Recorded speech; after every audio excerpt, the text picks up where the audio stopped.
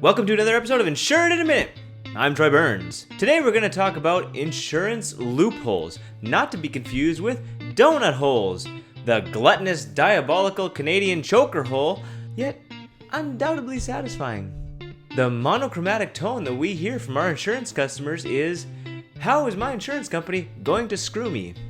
And not the romantic type with having a Hershey's Kiss on your pillow with a bunch of rose petals fluttering around the bedroom.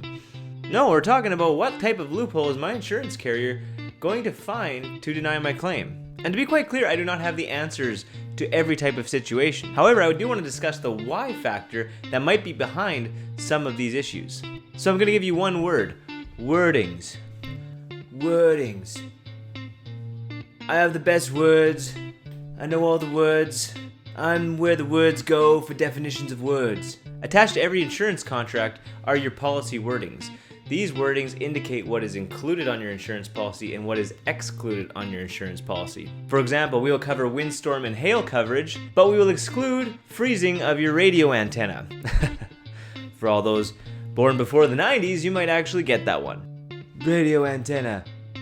Oh yeah, that was a band I used to listen to. The most common situation where this would arise at this time of year is water damage. Now, typically water freezing and rupture is covered under your insurance policy. However, when you leave your home for an extended period of time, you need to have either your pipes blown out and completely getting rid of all the water and the water shut off, or you have a competent, reliable person checking on your house daily while you're away.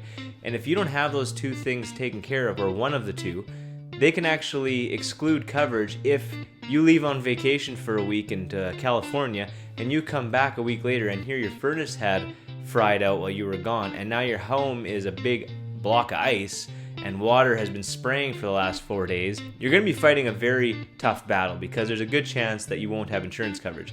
So there's things like that where there's stipulations to the peril that you're covered for, but if you don't abide by those rules, they can technically exclude you from that coverage. We recommend that you check your wordings to make sure you know what you're covered for. Always talk to your broker to confirm.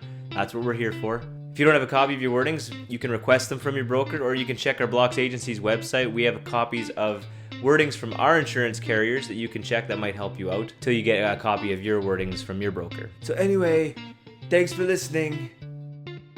That's gotta be like the worst impersonation ever. Maybe if my hair was a little bit... Yeah. I'm Troy Burns.